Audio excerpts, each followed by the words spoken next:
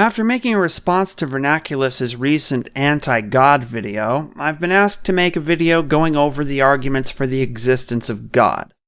That's not really the subject for a single video. It is more the subject for an entire college-level course entitled Philosophy of Religion.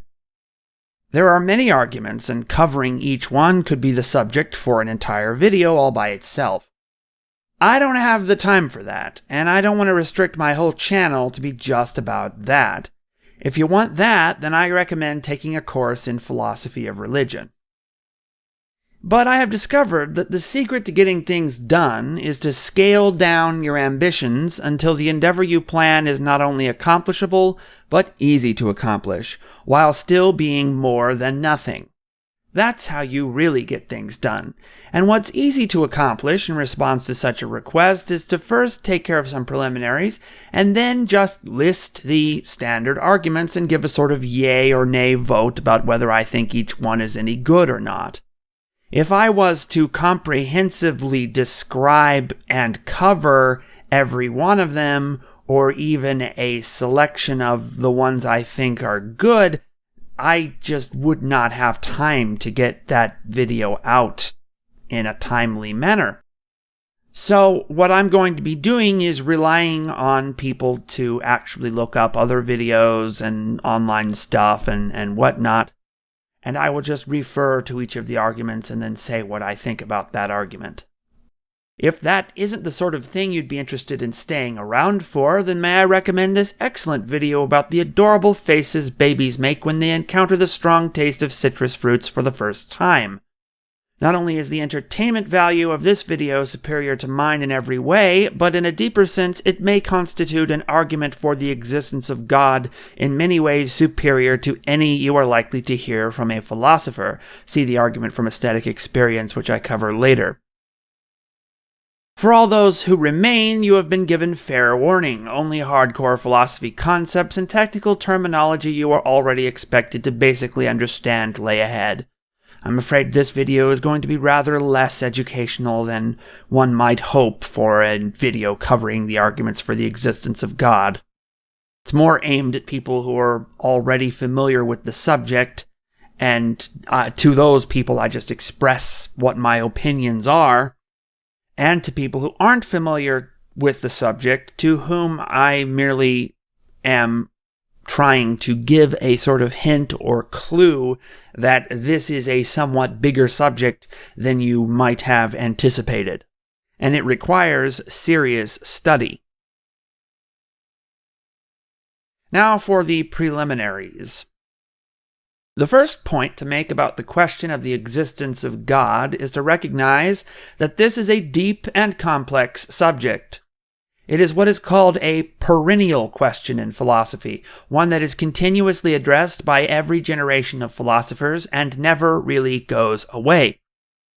To think that you are going to be able to comprehensively and definitively resolve the issue for one side or the other to the satisfaction of all just by watching some guy on YouTube for a few minutes is hopelessly naive.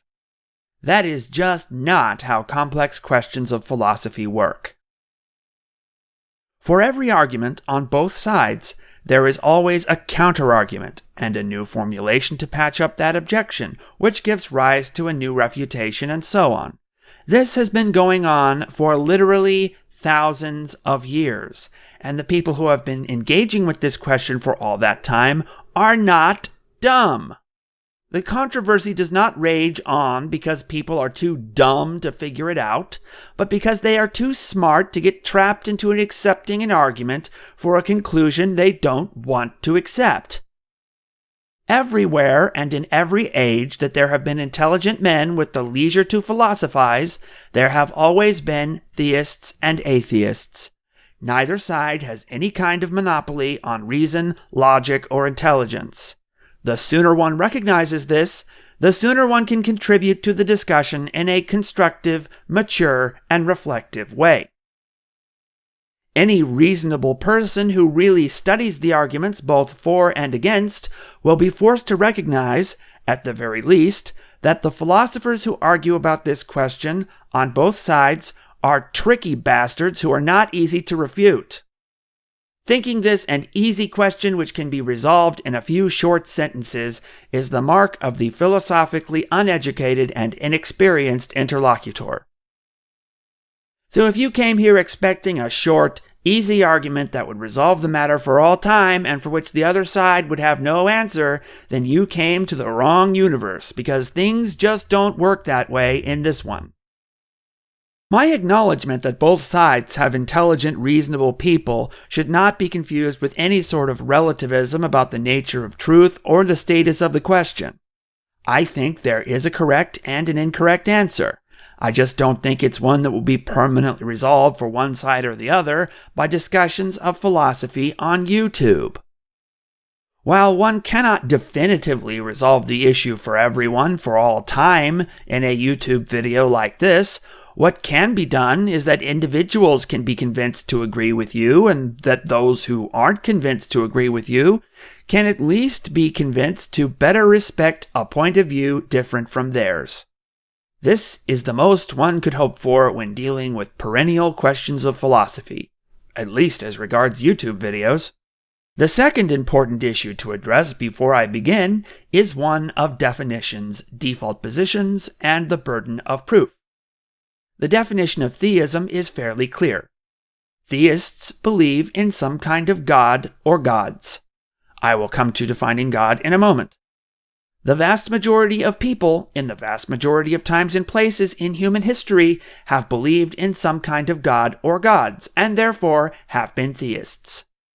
This is the universal, unanimous verdict of history so far as large-scale, successful societies are concerned. There has never been a large-scale, successful atheistic society in history.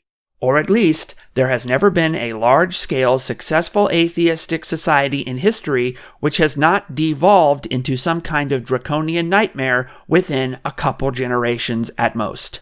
Like, for example, the Soviet Union. This makes a strong case for theism being considered the default position in a debate, because atheism would seem to be a counterintuitive notion.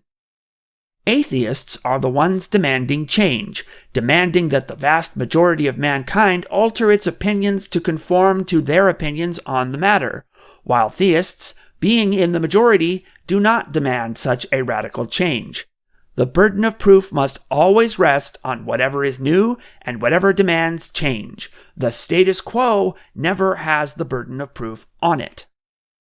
However, this is not so easily settled as it might once have been for reasons that have to do with the definition of the term atheist. Historically, the definition of atheism has been clear. Atheism means the belief that there is no God, where polytheism holds that the number of gods is many, and monotheism holds that the number of gods is one, atheism holds that the number of gods is 0. This is a strong philosophical knowledge claim that is easy to understand. It is the sort of thing we get from Hume, Marx, Freud, Nietzsche, Russell, and Sartre. Unfortunately, a new generation of non-believers have arisen who lack the philosophical backbone to actually take a position and defend it.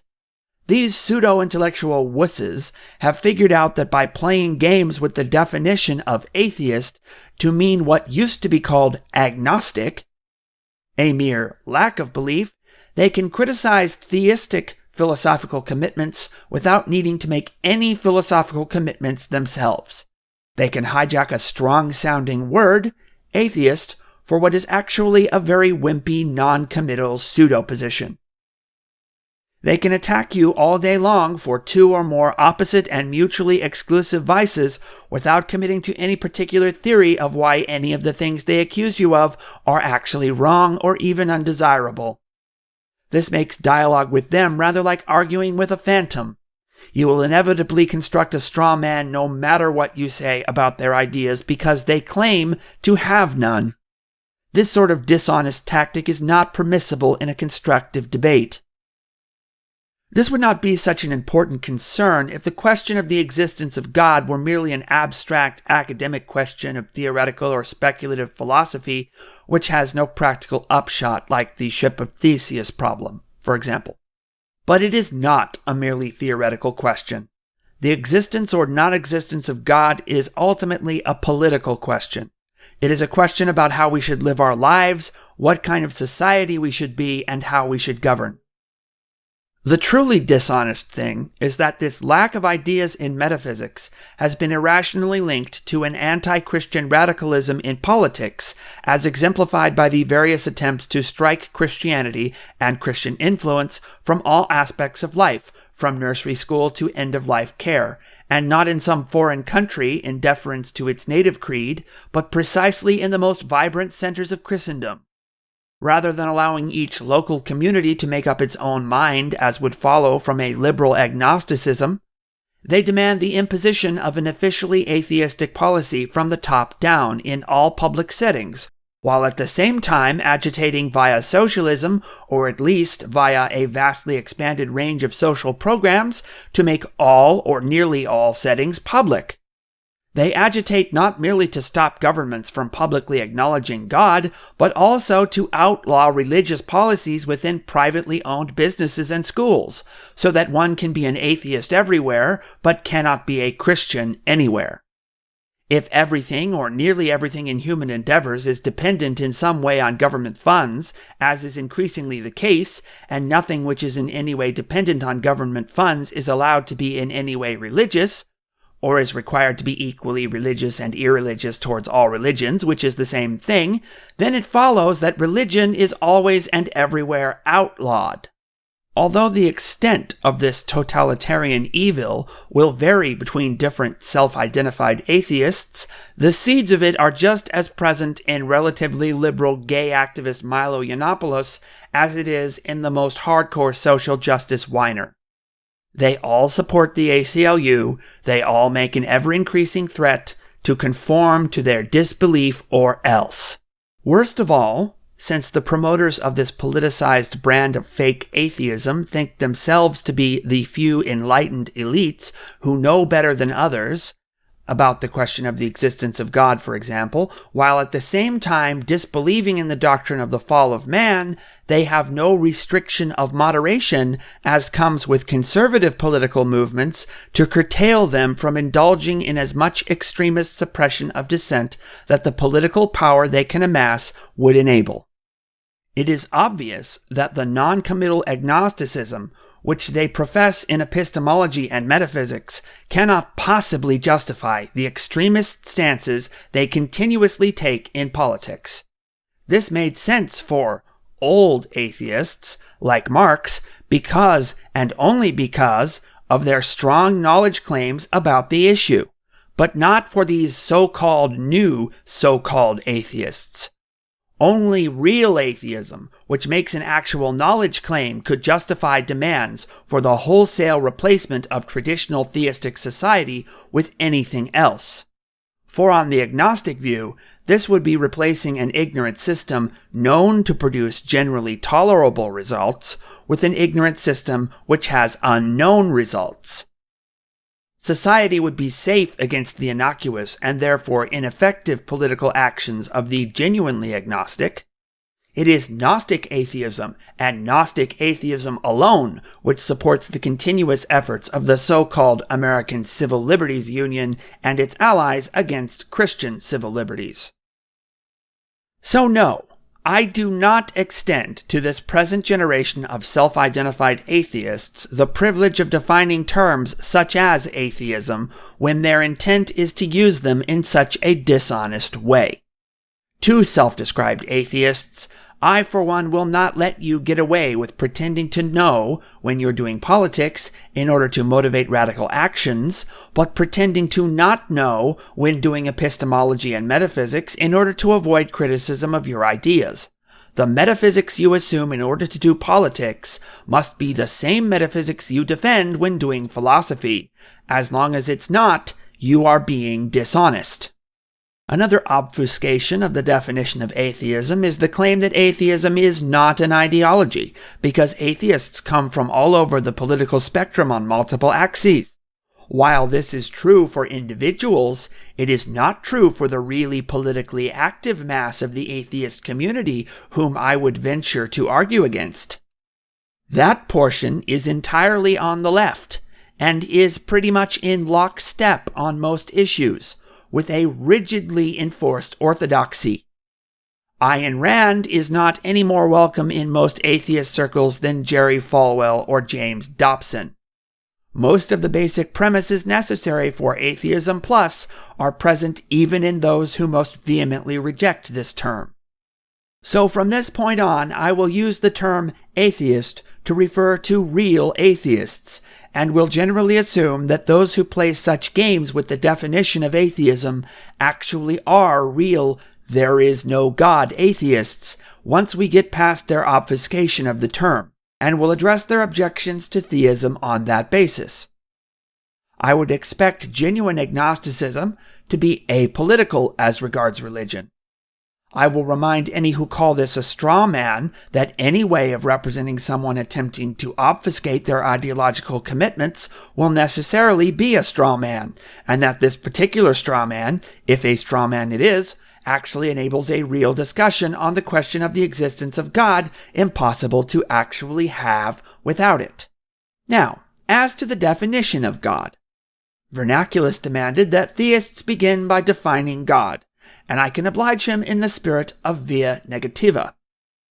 God is that in which all atheists necessarily disbelieve by virtue of being atheists. That's the definition. In order to be an atheist, to say you disbelieve in all gods entails knowing what it is you are referring to when you say you disbelieve in it. Otherwise, you'd be taking a stab in the dark by denying the existence of you know not what. Okay, so that definition of God is a bit of a joke. But what Vernaculus was whining about by demanding that kind of straightforward single definition of God is that the different arguments for the existence of God, which he failed to address, are not all proving the exact same thing about God. They all prove or seem to prove something which an atheist can't believe in, and it seems intuitively reasonable to assume they all refer to the same thing. But they do not all prove the same aspect or property of God. Most arguments for the existence of God prove what apologists call slices of God, bits and pieces, like God as creator, God as moral authority, God as the greatest possible thing, God as a safe bet, and so on. It is certainly possible for a polytheist to maintain that some of these arguments refer to one God, while the rest refer to another God. What can't work, however, is to accept the conclusions of even one of these arguments and yet remain an atheist. Remember that the arguments in favor of the existence of God are not intended to prove the specific God I believe in doing all the specific stuff I believe God does. They're only meant to refute the atheist, and in that capacity, all it would take would be for even one of the arguments to be plausible, for theism to be plausible, while the atheist would need to refute all of them without any internal contradiction in order to maintain atheism. The final preliminary point I must make has to do with intellectual honesty. While I believe in God, I do not necessarily accept an argument in favor of the existence of God just because its conclusion happens to agree with me. It is entirely possible to construct an invalid or otherwise bad argument in favor of a true proposition. So if I say I reject this or that argument in favor of the existence of God, that does not mean I reject the existence of God. This ties in with the very important concept of subjective proofs. I believe it is quite possible to have a valid proof of an objective truth for which all the evidence can only be subjectively perceived and cannot be really shared objectively in an objective sort of way between different individuals. An argument need not be intended to satisfy the skeptic who demands objective proofs in order for it to be valid for the person it works for in their subjective experience and ultimately even sound as regards objective reality. So when I come across a subjective argument, I might share my thoughts on it, but I do not expect these to really convince committed atheists. This means that the categories I am sorting arguments into are not just accept and reject, but are accept objective, accept subjective, reject objective, reject subjective. Plus, I don't know everything, so there might be a fifth category, unknown, undecided. Plus, the objective-subjective definition gets a little fuzzy sometimes, so it might not always work to distinguish this way, and I'll try and do it when I can, but I'm not promising that this will always work. With all that out of the way, I'm afraid that I may disappoint some of my audience because I don't expect this to be particularly exciting or original. I am just going to scroll down the list of standard arguments and give my thoughts on the various arguments, whether I think they work or not, rather like I'm filling out a ballot in a voting booth. Since each argument could get its own video, and many have on other people's channels, I'm going to try to avoid spending a bunch of time on any one argument. To keep this manageable, I'll just name the argument, say what I think about it, and you can Google it, only giving a more in-depth explanation of a few unusual ones. I'll be grabbing these from Peter Kraft's lists of 20 arguments, plus Wikipedia, plus other resources, plus off the top of my head for some arguments. Please remember that the number of arguments doesn't matter. All it takes is one. So it's not all that important whether a given argument is an argument in its own right or just a variant or reformulation of another argument. No need to worry about padding out the number of arguments to make it look bigger or reducing it to make it look smaller. Quality, not quantity, decides the issue. And because I am personally a teetotaler, not a prohibitionist, just a teetotaler, I am going to go get myself a non-alcoholic beverage. BRB.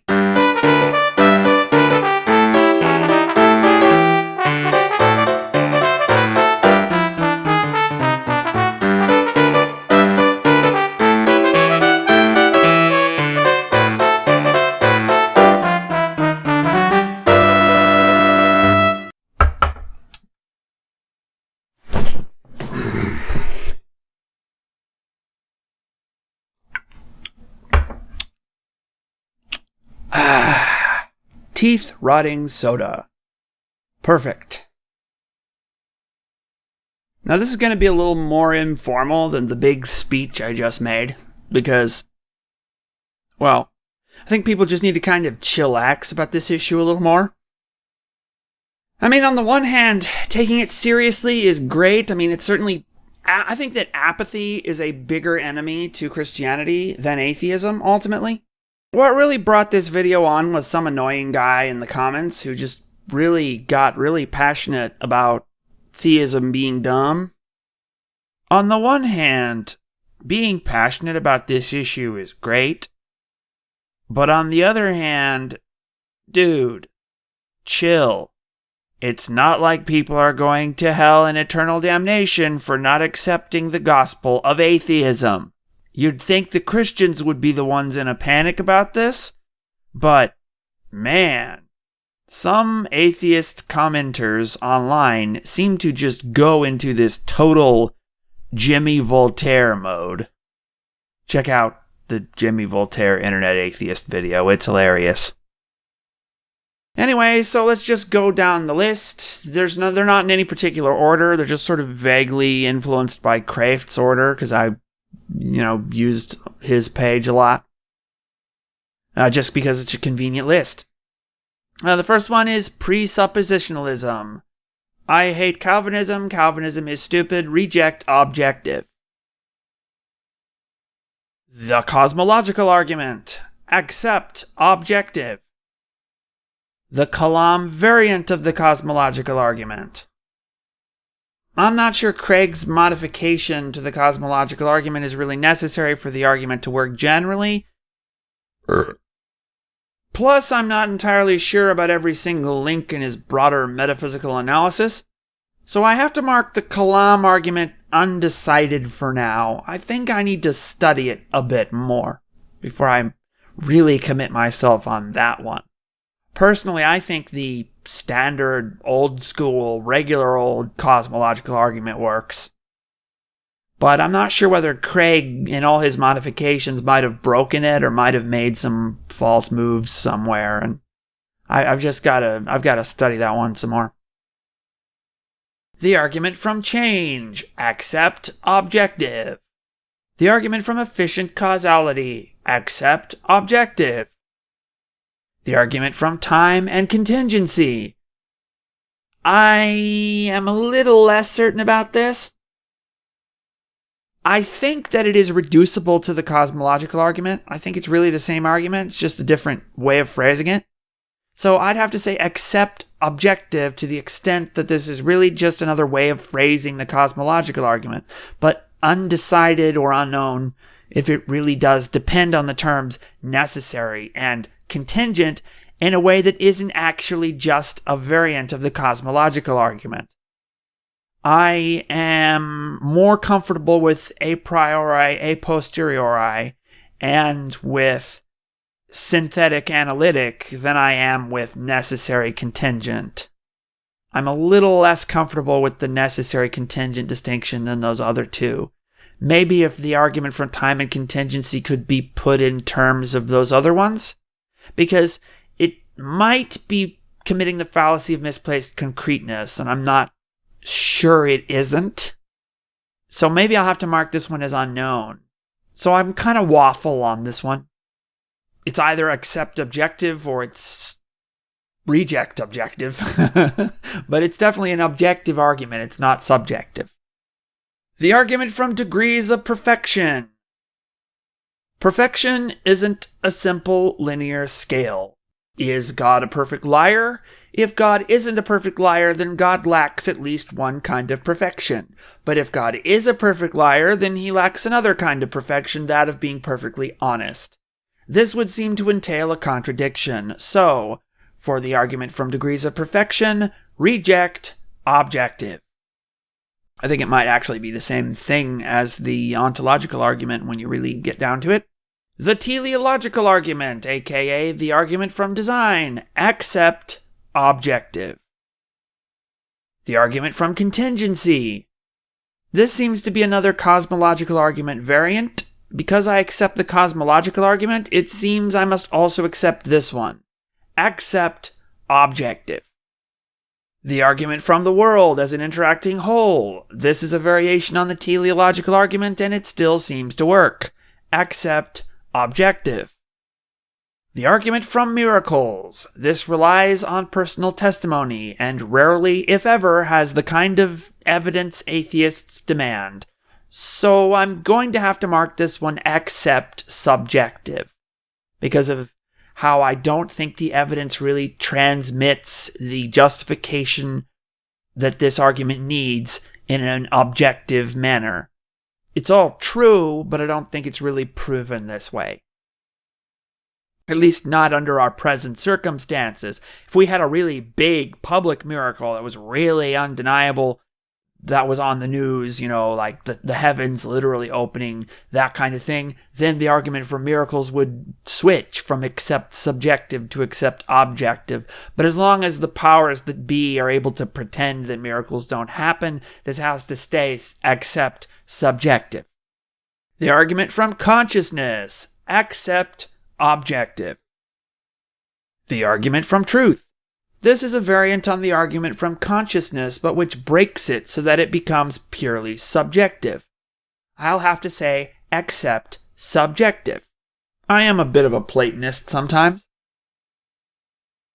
The argument from the origin of the idea of God. Not only does this not convince me subjectively, where it's trying to be a subjective argument, I think it objectively shouldn't convince anyone, ever. Reject objective. The ontological argument. Like the argument from perfection, this suffers from difficulties relating to what being greater means. Reject objective along with all variants. At least all the variants that I've actually heard of. I obviously can't vote on ones I haven't heard of. The argument from morality.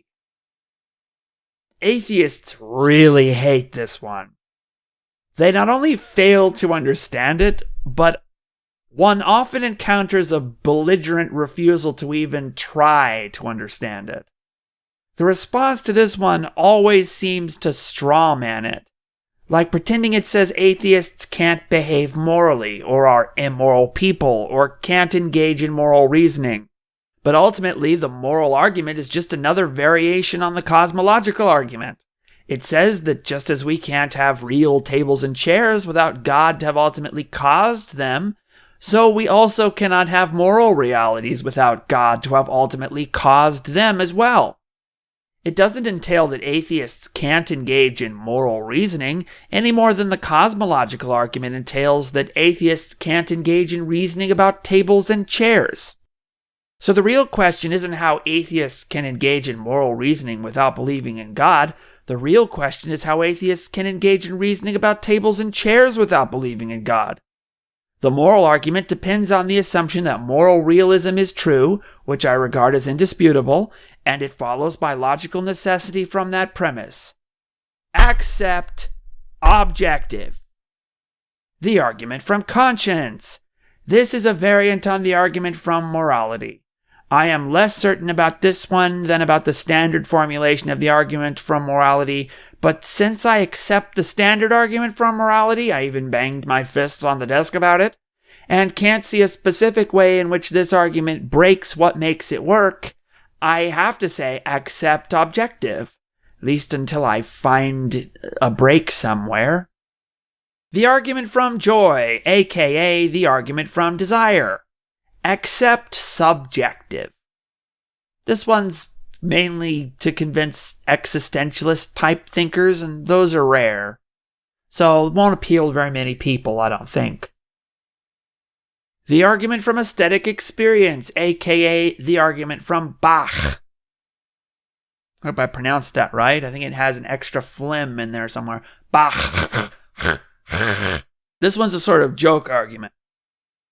There is the music of Johann Sebastian Bach. Therefore, there must be a God. That's it. I can understand why atheists who are not musicians or not musically inclined won't see this one. I am just barely enough of a musician myself to see it in certain composers. I gotta vote accept subjective. But I might also mention that since such aesthetic experiences lead to God, that would seem to make them religious experiences, because they lead to God. So the argument from aesthetic experience is really just a special case of the argument from religious experience, pertaining to religious experiences that are also aesthetic. Which leads us to the argument from religious experience. This is a variant of the argument from miracles, which I must classify in the same way, except subjective. The argument from common consent. I'm afraid this one just doesn't work as an objective argument, even though it seems to be claiming to be an objective argument. The conclusion it reaches is just so wimpy as to not really count as an argument for the existence of God. It's just for the plausibility of talking about the existence of God, for which it would get accept objective, because I sort of appealed to it in my introduction. But since plausibility is somewhat of a subjective experience, I'd have to say accept subjective. It only works to refute the snobbishness and arrogant elitist hubris of the most snobbish, elitist, and arrogant atheists, not the atheism of said atheists. Pascal's wager. This one depends too heavily on how it is worded for me to give it a single grade on an accept or reject basis. Some variants would get accept subjective, while some variants would get reject subjective. One thing is certain about Pascal's wager, it is very subjective. It's not a bad argument for what it's trying to do, but what it's trying to do is so different from a standard argument for the existence of God that it becomes somewhat of a laughingstock among the atheists, and it might deserve that some of the time, because it's so very humble that it kind of trips over itself. It's like people who max out humility to the point where they take pride in their own humility. That's kind of how epistemically humble Pascal's wager is. It's so epistemically humble that it just trips over itself. It doesn't actually accomplish anything. Although, there's certain contexts in which it kind of makes a sort of sense, or sort of sense below sense. So I can't reject it outright. But, I totally reject some variants of it and accept some variants of it. I think that if I was to construct a variant of it, I would want to construct one that works despite having to accept Christian sexual morality, because that's something a lot of people don't like about Christianity. And so that would have to count as a cost for accepting Christianity. It would have to be weighed against what is being offered by the other side of Pascal's wager.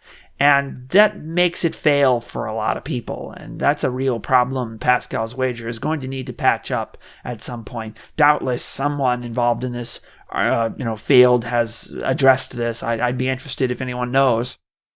It's not, super high on my priority list to deal with Pascal's wager. Lewis's trilemma. Lewis's original statement of this argument in Mere Christianity has the implicit assumption that the Jesus in the Gospels really lived and said the things he said, even if we aren't sure about the miracles.